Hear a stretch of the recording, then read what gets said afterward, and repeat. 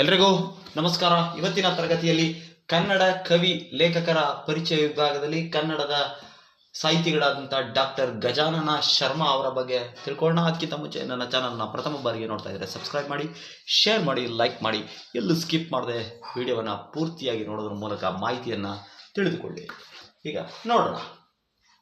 ಕನ್ನಡದ ಸಾಹಿತಿಗಳಲ್ಲಿ ಡಾಕ್ಟರ್ ಗಜಾನನ ಶರ್ಮಾ ಅವರು ಕೂಡ ಒಬ್ಬರು.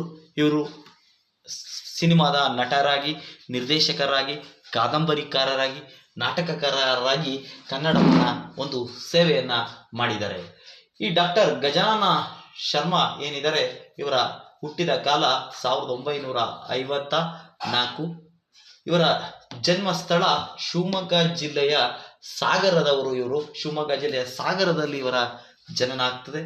ಇವರು ಒಂದು ಕೃತಿಗಳನ್ನು ನೋಡೋದಾದರೆ, ಇವರು ಸಾಹಿತ್ಯಿಕವಾಗಿ ಏನೇನೆಲ್ಲ ಕೃತಿಗಳನ್ನು ಬರೆದಿದ್ದಾರೆ ಅಂತ ನಾವು ನೋಡುತ್ತಾ ಹೋಗೋದಾದರೆ, ಗೊಂಬೆ ರಾವಣ ಅನ್ನುವಂಥದ್ದು ಒಂದು ಕೃತಿ, ಜುಗ್ಗಪ್ಪಯ್ಯನ ತಿಪ್ಪರ್ಲಾಗ ಅನ್ನುವಂಥದ್ದು ಇವರ ಮಕ್ಕಳ ನಾಟಕಗಳು, ಬೆಳ್ಳಿ ಬೆಳಕಿನ ಹಿಂದೆ, ದ್ವಂದ್ವ ದ್ವಾಪರ, ಕನ್ನಂಬಾಡಿಯ ಕಟ್ಟದಿದ್ದರೆ, ಪುನರ್ವಸು, ರಾಣಿ ಚೆನ್ನಭೈರಾದೇವಿ, ಕಾಡು ಕಣಿವೆಯ ಹಾಡು ಹಕ್ಕಿ, ಗರ್ತಿಕೆರೆ ರಾಗಣ್ಣ ಇತ್ಯಾದಿ ಕೃತಿಗಳ ಮೂಲಕ ಕನ್ನಡ ಸಾಹಿತ್ಯವನ್ನ ಶ್ರೀಮಂತಗೊಳಿಸಿದ್ದಾರೆ ನಮ್ಮ ಡಾಕ್ಟರ್ ಗಜಾನನ ಶರ್ಮಾ.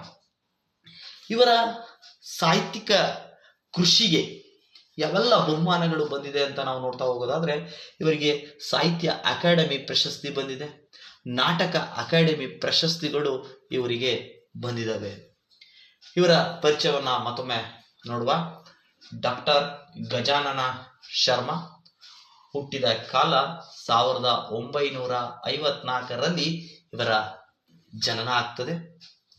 ಇವರ ಜನ್ಮಸ್ಥಳ ಶಿವಮೊಗ್ಗ ಜಿಲ್ಲೆಯ ಸಾಗರದಲ್ಲಿ ಇವರ ಜನನ ಆಗ್ತದೆ.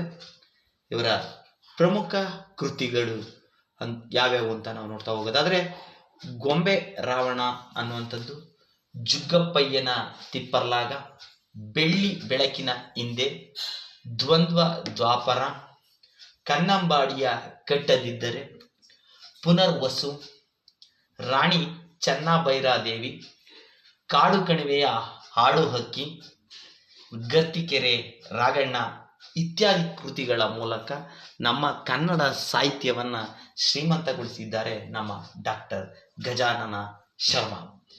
ಇವರಿಗೆ ಯಾವೆಲ್ಲ ಪ್ರಶಸ್ತಿಗಳು ಬಂದಿದೆ ಅಂತ ನಾವು ನೋಡ್ತಾ ಹೋಗೋದಾದ್ರೆ, ಇವರಿಗೆ ಸಾಹಿತ್ಯ ಅಕಾಡೆಮಿ ಪ್ರಶಸ್ತಿ ಬಂದಿದೆ, ನಾಟಕ ಅಕಾಡೆಮಿ ಪ್ರಶಸ್ತಿಗಳು ಇವರಿಗೆ ಬಂದಿದೆ.